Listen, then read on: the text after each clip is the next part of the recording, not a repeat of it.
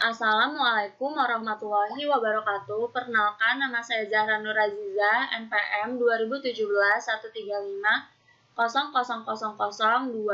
Di sini saya akan menjelaskan tentang sejarah pendidikan Indonesia melalui map mapping yang sudah saya buat. Yang pertama, adanya pendidikan di zaman purba. Pendidikan di zaman purba ini terjadi pendidikan sebelum adanya sekolah. Dan pada zaman Neolitikum, animisme dan dinamisme, terusnya mata pencarian dan survival.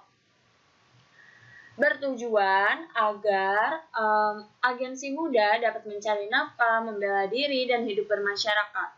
Yang kedua, ada pendidikan di zaman Hindu kuno. Di zaman Hindu kuno ini sudah adanya pemuka agama, diplomatik, dukungan kerajaan, pengelompokan struktur sosial, politisme, kehidupan sasmara, dan hukum karma. Nah, pendidikan di zaman Hindu kuno ini bertujuan untuk penganut agama yang taat, membantu membela negara, dan menghasilkan karya sastra. Yang ketiga, adanya pendidikan di zaman Buddha. Pendidikan di zaman Buddha ini tidak kenal sistem kasta, pendidikan mengangkat harkat dan derajat. Yang keempat, adanya pendidikan di zaman permulaan masuknya Islam. Nah, di sini sudah pembinaan akhlak dan kepatuhan, adanya larangan dan pendidikan melalui pesantren, tulisan Arab, Melayu, dan Arab Bundo. Yang terakhir, ada pendidikan di zaman kolonial. Pendidikan di zaman kolonial ini terbagi menjadi dua, yaitu pendidikan yang diselenggarakan oleh pemerintah dan diselenggarakan oleh swasta. Yang diselenggarakan oleh pemerintah berkurikulum barat dan diperuntukkan oleh pegawai pemerintahan. Yang kedua, ada swasta, yaitu kurikulum lokal yang diperuntukkan oleh masyarakat desa.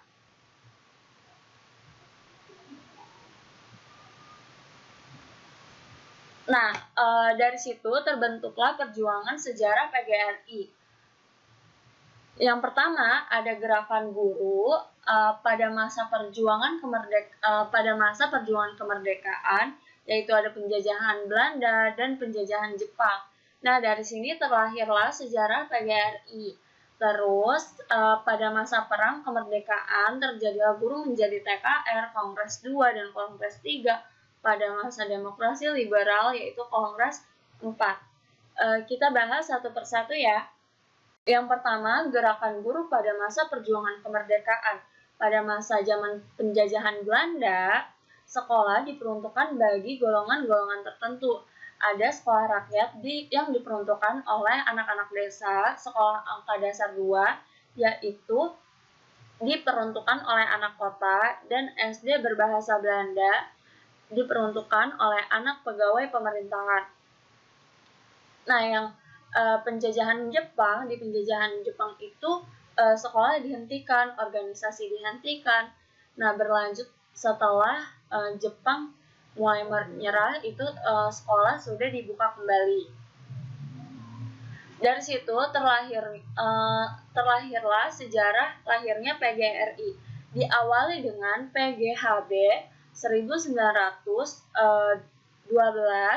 PGHB itu singkatan dari Persatuan Guru Hindia dan Belanda yang beranggotakan guru bantu, guru desa, kepala sekolah, pemilik sekolah, dan berakhir munculnya gerakan atau program kerja dari masing-masing anggota PGHB. Pada tahun 1932, PGHB diubah menjadi PGI atau Persatuan Guru Indonesia, hasil dari Sumpah Pemuda yang mencerminkan rasa nasionalisme.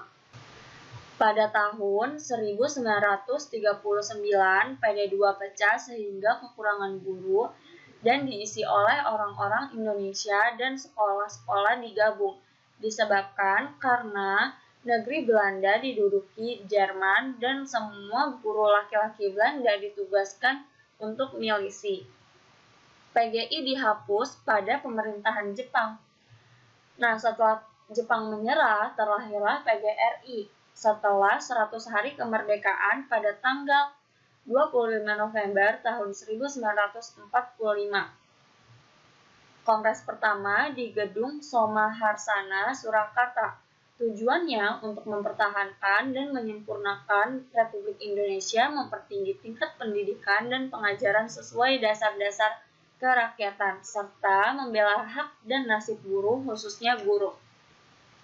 Itu tujuannya ya.